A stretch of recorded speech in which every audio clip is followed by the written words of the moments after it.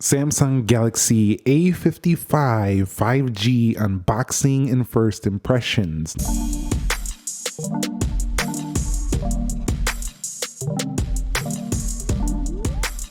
Now, a lot of people have been asking for this phone to unbox it, and here we are today. So taking it off to the left, you could see Galaxy A55 5G up at the top. There is nothing. This is a pretty standard box for Samsung. They do include the weight on there. It's a 213 gram phone. And this is not actually a US based model. This is an unlocked model that I picked up. I was reluctant to get this. It's launched on March 15th, but I was reluctant to get this because it's not officially available here in the US. However, this one I found online for a pretty good deal of around $400. And it also does have the bands that support my carrier, Mint Mobile, this is not a plug for them. It's just the carrier that I'm saying that it works with. And you could see inside the box some Samsung warranty guides. As usual, they're not going to be in the English language because this is an international model. And you'll see right here, we do have ourselves USB-C to USB-C, and we do have ourselves the pin SIM tool right there. Now, this is the phone right here, and that's it. Now, the seller was kind enough to give me this 25 watt power adapter in the box. I'm not sure where you buy it if you're going to get that, but let me know if you picked up an A55, if you got that power adapter with a deal that you picked it up with. So let's go ahead and take this out of its wrapping. And this phone right here actually didn't have one of those stickers on the front, but here is the Galaxy A55. I actually already booted up and turned it on, got it set up so we could skip that boring setup process. But first impressions right out of the gate, they have really stepped up the A55 versus the A54. The A55 is better than the A53, obviously, but I've been covering these phones ever since the Galaxy A50, and this one is just so much more premium. Take a look at the edges. They wrapped this thing around a shiny aluminum. And one of the reasons why I think they were able to do this was because they're actually pushing the S series to a more premium titanium level. And those phones are getting more premium. So they were able to just bring this down to the A55. And it's a really big benefit because what it does is it makes this phone feel like a more premium phone at a more affordable price point. You could see right here, they do have the nice symmetrical cameras right there. There is this little difference though. As you come up here, there's like a little divot right here where you kind of feel out where the power button and the volume rockers are. They also kind of put the SIM card tray up at the top, which is a little bit of a weird location from what I'm used to. And on the left, it's basically nothing. At the bottom, you'll see yourself the USB-C right there and a microphone hole. But overall, this phone generally feels like the Galaxy S24 line, but a little bit cheaper. A plasticky feeling kind of back here, but the sides are definitely really premium feeling. Let's go ahead and get this thing booted up. Now to confirm, I said it feels plasticky a little bit, and that's probably because I'm getting used to the color infused backs of the more premium S line. It is actually a glass back on the rear. Just to confirm that, it's Gorilla Glass front and rear, Victus Plus on the front.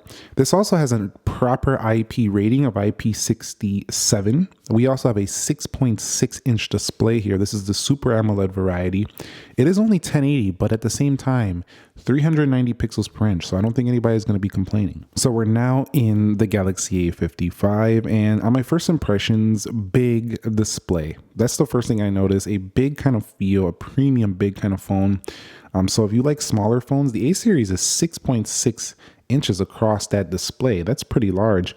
Also, this has 8 gigs of RAM, but Samsung has really stepped it up with the One UI software and the 1480 Exynos in here. Not my favorite chip in the world, but it seems to be performing better than what I first experienced with the 1380 on the A54.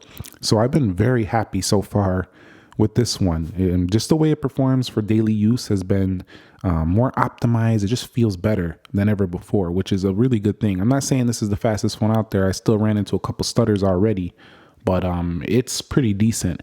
Now, the Galaxy A55 also does have a Eclipse. It's like not Eclipse. That's the solar eclipse happening today. The Xclipse 530 GPU. And this phone also has a Android 14 right out of the box, which is quite nice. It also has a micro SD card slot. But generally, first impressions are the bezels are definitely more chunky than what you're going to find on a more premium phone. But again, we're not looking at a premium phone. The punch hole camera is not quite as small and sleek. So I kind of get the general impression that, this is kind of like Samsung using previous premium designs, but bringing it down to the A series, which is quite nice because it kind of benefits you, the user, while giving you a lesser price. So yeah, quite nice overall. It definitely doesn't feel too light though. This thing is about 213 grams. So it's kind of a heavy phone, honestly. Some of the older A-lines series phones, like I think it was the A52, A51, those phones were much lighter than this, but they also felt much cheaper and slower than this as well. We also have a 50 megapixel triple camera with a 12 megapixel ultra wide and a 5 megapixel macro camera. Now, I'm not personally the biggest fan of macro cameras just because those dedicated macro cameras are pretty low megapixel and you can kind of just use an ultra wide for that. So I feel like I'd rather have like a telephoto camera on there. But again, this is a cheaper phone, so you can't expect everything with it. So let's go ahead and take a look at the settings menu. And one thing you're going to notice here is that when you go to display, I have it on the vivid mode and this phone doesn't look overly saturated. So this kind of has that same look as the S24 when it first came out. It just doesn't pop that much. So I really hope they bring that vivid update to this phone as well.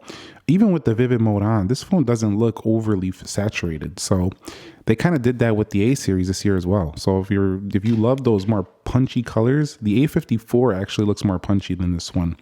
The natural color looks even more toned down. It just doesn't have that super vivid Samsung look that I'm used to from the like A54 or the past.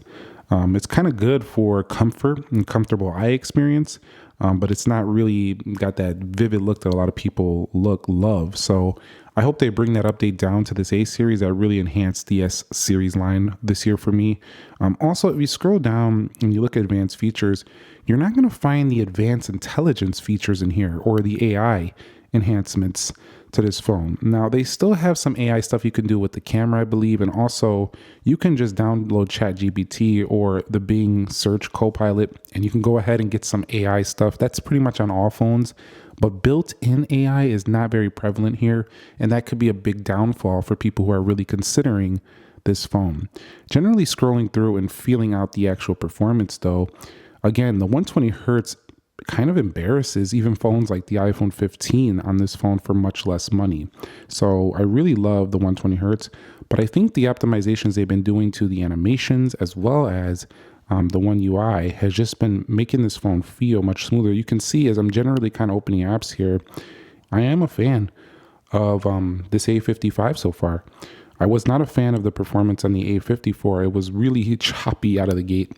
This one, not so much. All right, so let's go ahead and take a look at the wallpapers on here, and we'll go to wallpapers, change wallpapers.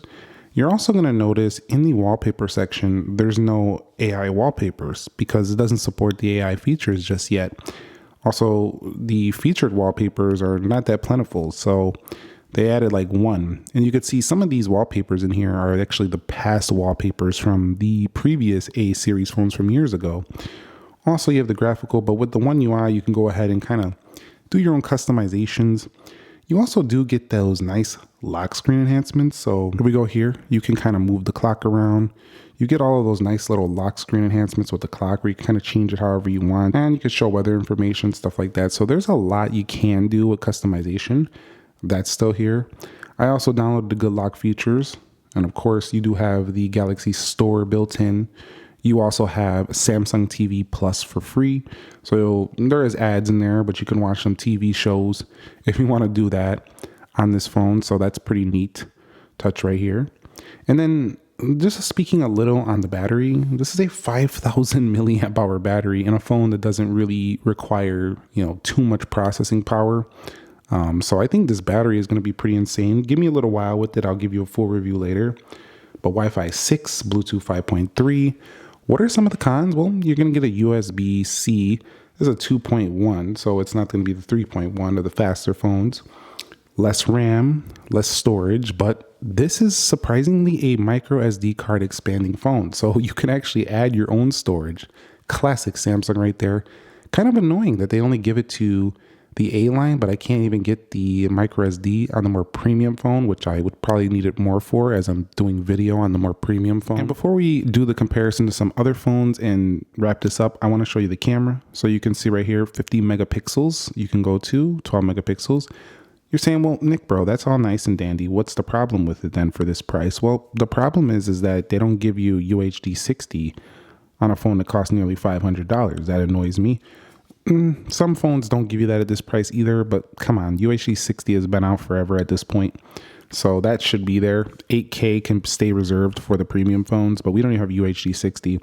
Also on the front, we don't even have UHD 60 once again, but at least you're getting UHD 30. I think some of the older ones only give you full HD on the front. I would like to see UHD 60 on both sides in the future. You can see right here, we have a ton of Samsung modes though. Pro video, pro photo, and I think it's a pretty well-packed camera though for what you're getting. 10 times zoom is the max, which is not bad. That's about like what the 15 is. And you have the different aspect ratios. Of course, you have all these fun modes you can do. Not a ton of AI stuff going on here, so I don't think this is going to be the best camera if you're looking for the absolute best quality at this price. I'd probably wait for the Pixel 8a or something like that. And also, you know, some other phones out there are definitely going to be better pick for sheer camera performance, but this is still going to be a very versatile setup for those of you who want a lot of fun, usable features, but you can live without the AI at a more affordable price. You'll probably really like what this camera has to offer. I'm going to take some photos and I'll be back in a future video and show you some of the results. First impressions, I've only been looking at this for about 24 hours, is that the fingerprint is definitely more finicky than the ones on the S line. It's also placed lower, so a little bit less comfortable position to me. But what I mean finicky is that if you don't know exactly where it's at, or if you press it too fast, it definitely misses a little bit more often in my experience. But it's a very small thing. But I do notice the S line's fingerprint sensor is a lot more accurate. And also, you do get a ton of features up here, but I noticed that Samsung DeX is not on board. But still, overall, you get a lot of what you want on a Samsung phone. It's just missing AI and DeX, which are some huge omissions. If you want some of those exclusive Samsung things, you'll have to go to the more premium phone. But with that being said, let's go ahead and compare this to some premium phones or some other phones that you might want to think about.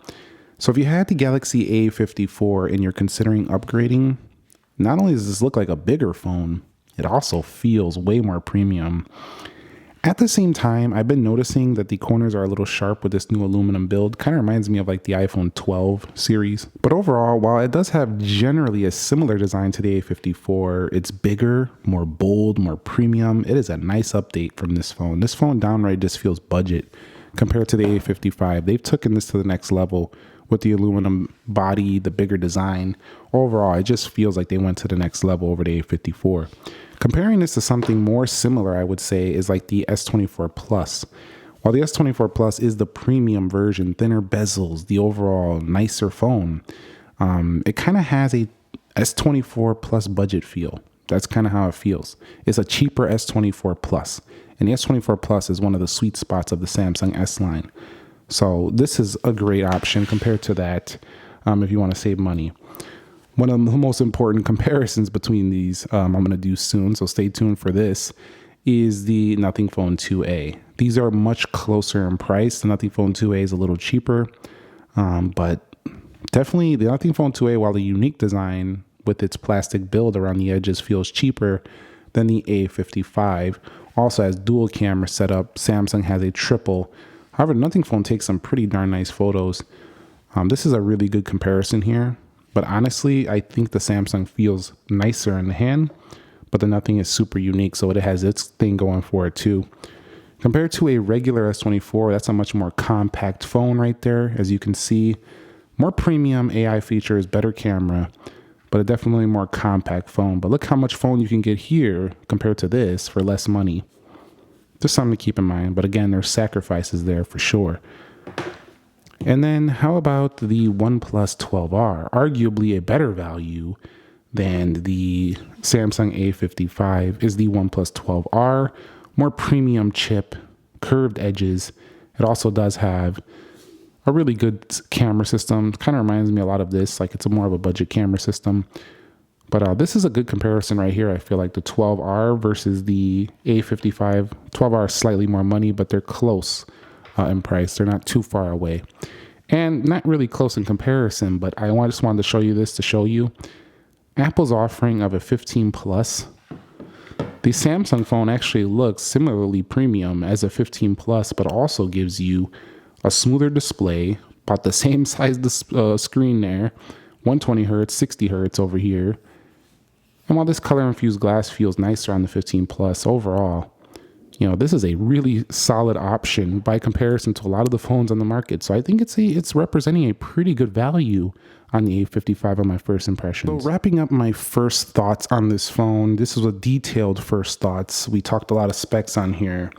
The phone really does represent an excellent choice for those of you who don't want to compromise on like a premium feel, but you want an affordable price point. This phone costs well under $700, under $600, and it's giving you a product that kind of like almost feels flagship for less money. Much more so than the A54 line with the now aluminum build, the glass front and rear. Just overall, it is a nice phone here. The thing that I really don't like though is it doesn't have Galaxy AI features, and it doesn't have, you know, Samsung DeX. Those things are reserved for the premium phones. Maybe one day they'll bring AI down to this, maybe at least some of those features. I don't know, maybe in the A56. It's a much better option though than last year. So stay tuned. We'll cover more of the A55 this week. We're going to do some comparisons to some other phones and some speed tests. So stay tuned. I'm going to go out and get some photos, test out these cameras, and let me know your thoughts overall. I think they got another winner here. The A-line is an important phone for Samsung. Hopefully they bring this thing to the US. It's kind of a shame it's not officially available in the US. This is a great offering. At lower than the S23 FE, this is even better offering. It also makes me excited for the upcoming S24 FE. That's going to be an awesome phone as well. Thumbs up if you enjoyed it. Subscribe if you haven't already. I'll catch you all in the next one. Nick here. Be sure to be well, and peace.